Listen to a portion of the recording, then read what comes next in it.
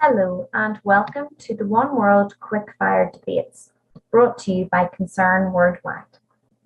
I'm Emma Hazard, Public Engagement Officer for Concern, and I'm delighted to host today's debate. The motion before us is Students Striking for Climate Change is Futile. Proposing the motion, we have Ciara Swail, the Training Officer for Queen's University Literary and Scientific Debating Society, and the opposition is brought to us by Tautvydas Galminas, who is studying politics, philosophy and economics at Queen's. Tautvydas is an adjudicator for the Concern Post-Primary Debates programme. So without further ado, I invite Ciara to propose the motion, Students Striking for Climate Change is Futile. Politicians don't care about the youth, that much is clear. From protests around mental health to tuition fees to climate change, what makes you think that they'll listen to us now? 73% of 55 to 64-year-olds voted in the last election. This stands in stark contrast to only 47% of 18 to 24-year-olds. This doesn't even count the fact that the majority of students in these protests are too young to vote anyway. And the fact that we don't vote often means that we are the ones that are put on the chopping block. From higher tuition fees, higher taxes, and higher levels of carbon dioxide in our atmosphere, we're the ones that are often sacrificed for the benefit of the older generation, because they are the ones that ultimately have the vote to keep the politicians in power. With Michael Nakami, a professor from the London School of Economics herself, stating that the political systems are based on short-term goals rather than goals that you won't see the benefit of until decades in the future. And this makes sense, since why would a politician invest trillions into a problem that he won't see the benefits of until decades later when he's long out of office? Some may counter this point by claiming that the Paris Agreement and the UK's net zero promise are both proof that our voices are being heard, ignoring the fact that the Climate Crisis Advisory Group themselves deem them as being too little too late in their final warning bell report, noting that many countries in the Paris Agreement are not meeting their goals, with some estimates showing that the Paris Agreement will only reduce the global temperature by 0.3 degrees, when its goal was to reduce it from 1.5 degrees. So what does this show us? It shows us that these policies are only an act of political theatre, made to appease protesters without actually doing anything to solve the issue. So what is the solution? To put it quite simply, it's you. If you truly care about climate change, stop going to these protests and go to school. Get those GCSEs, get those A-levels, and get into university to do STEM. With that, you could perhaps get a job in researching how to make green energy better. And with that, you can actually make a tangible difference in the fight against climate change by making the technological advancements that we desperately need. 71% of emissions are caused by 100 companies. So if you can make green energy a cheaper and more convenient alternative to fossil fuels, then these companies will follow suit. We've already made advancements with lab-grown food, hydrogen gas, and nuclear energy. And if we can make these viable to big businesses by making them cheaper and able to be upscaled to the majority of their branches around the world, then we would actually be doing something to combat climate change, instead of going to these protests to have the politicians make these nonsense policies that don't actually fix the issue. Because at the end of the day, going to school, getting those grades, and dedicating your lives to making green technology better is the only way you're going to have a tangible effect in beating climate change. Not by protesting and using your voices that unfortunately will fall on deaf ears. And that is the reason why I am proud to propose this motion. Thank you very much. Good afternoon. Firstly, I would like to extend my appreciation for the opportunity to speak today about the urgent issue of climate change, and in doing so, represent the opposition. To begin, the opposition will define student striking as an organised form of protest that roots itself in youth disillusionment with mainstream political responses to the rising fears of climate change.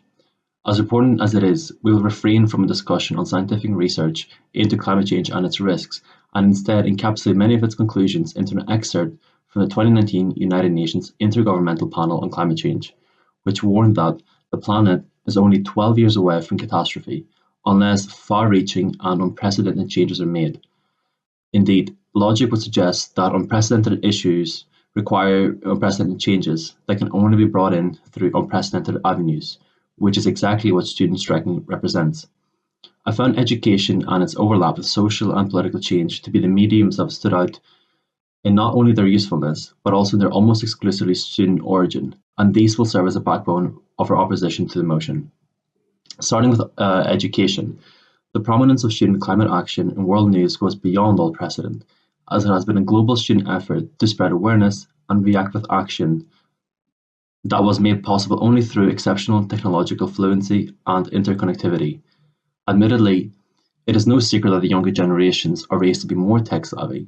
However, it is the way that students have effectively taught each other about the dangers of climate change that is truly something to marvel at. A 2019 Oxfam's teacher survey showed that 75% of the teachers in the UK admit being inadequately trained to educate students on climate change, with the further 69% of teachers stressing for the need to incorporate climate change studies into the curricula. And in addition to this, the San Jose State University delivered a global climate change course for an academic year and found that climate change intensive education has direct effects on the reduction of carbon dioxide emissions, with a follow-up prognosis finding that if just 16% of high school students from the more economically developed countries were given climate change education, carbon dioxide emissions would reduce by an astronomical 19 gigatons by 2050. Even more promisingly, similar climate change studies have been linked to a 40% increase in student performance, as well as an expanded girls' school attendance, leadership, and empowerment in those less economically developed countries that lag in the protection of gender equality. But in the absence of such changes in formal education, students themselves are stepping in for the laggard governments, and in doing so, reap these positive outcomes all by themselves that then improve community resilience and expertise, as well as also stand up for planetary needs.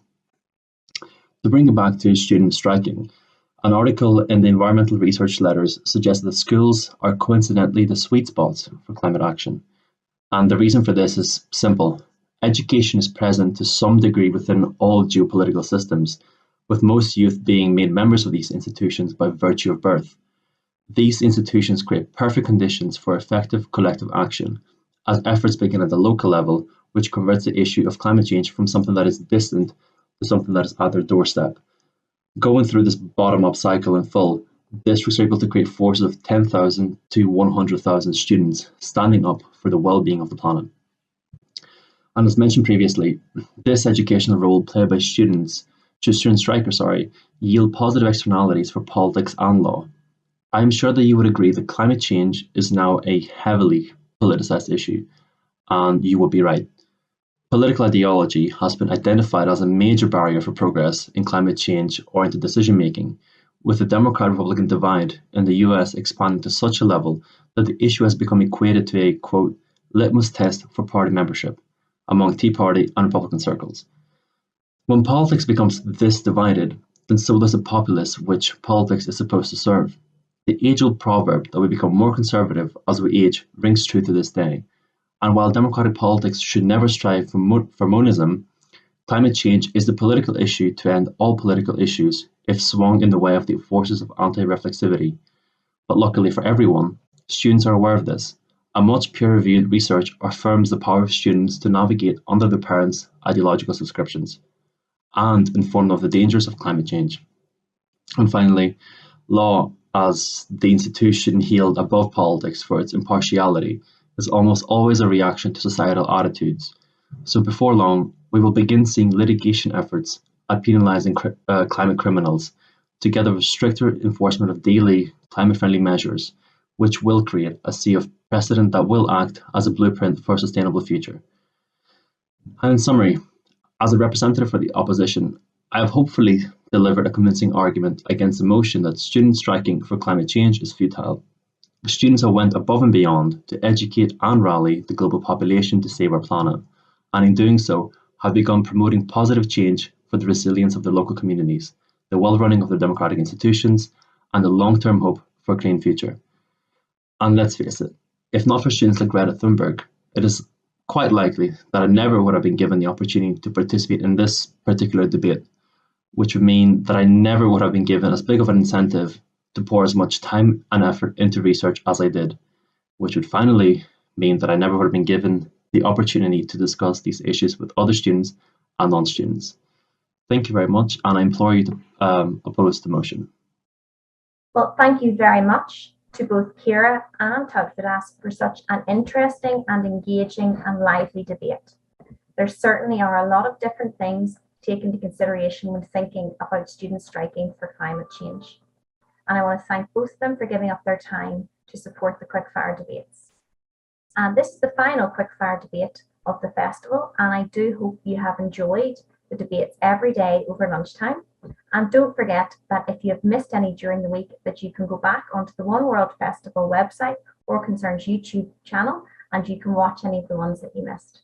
But thank you once again for watching, and I do hope you enjoyed the quickfire debates. Thank you and goodbye. It was